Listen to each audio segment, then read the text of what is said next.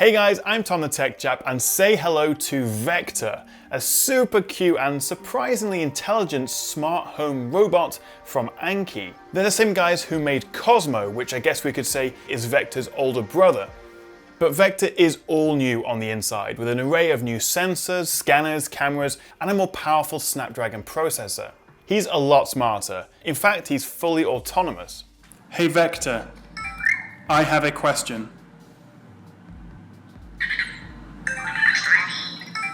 What's 50 pounds in dollars?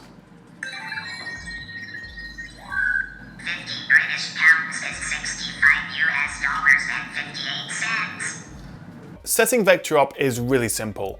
Open up the box and you'll find a charger station, a cube with RFID tags that Vector can play with, a quick start guide, and the robot itself. Simply plug in the charging station, pop Vector on it to get him powered up, and then download the app for the initial setup. You just select your region, your language, and the Wi-Fi network through the app, and then download any updates that are available. And after a couple of minutes, you're good to go. From the app, you can check Vector's stats, customize the color of his eyes, and get ideas for what he can do and how you can interact with him, including asking him general knowledge questions, doing currency conversions, equations, and asking about the weather and sports scores. You can even play blackjack with him. Mayor's turn.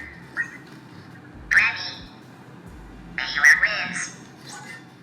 But despite his diminutive size, I found myself getting quite attached to the little guy. Or girl. It's not specified and I didn't look that closely underneath.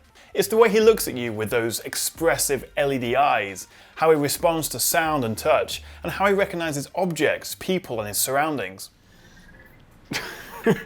So as you can see, Vector will not drive off a cliff, which I'm pleased to say, because he's a pretty smart dude. This thing is packed with sensors and cameras. So on the bottom, we've actually got 4 drop sensors, so he will not drive off a cliff.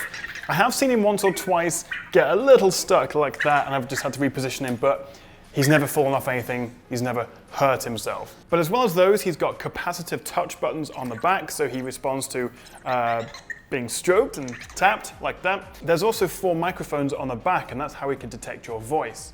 Underneath the IPS display, which shows his eyes, there's a little camera which has a wide 120-degree field of view, so you can actually recognize individual faces and also look where he's going.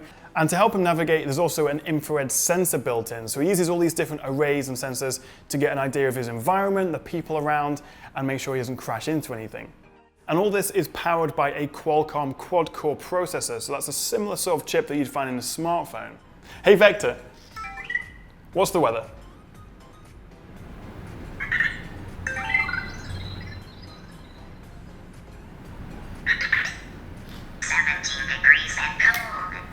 Apparently 17 degrees is cold. Clearly he's never been to the UK.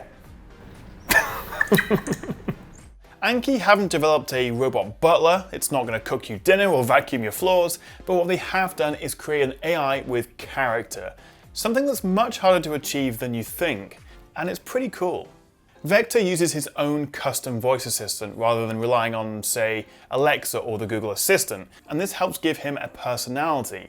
Vector didn't always recognize my commands, but I did learn that speaking just a little slower made a big difference to how often he understood me.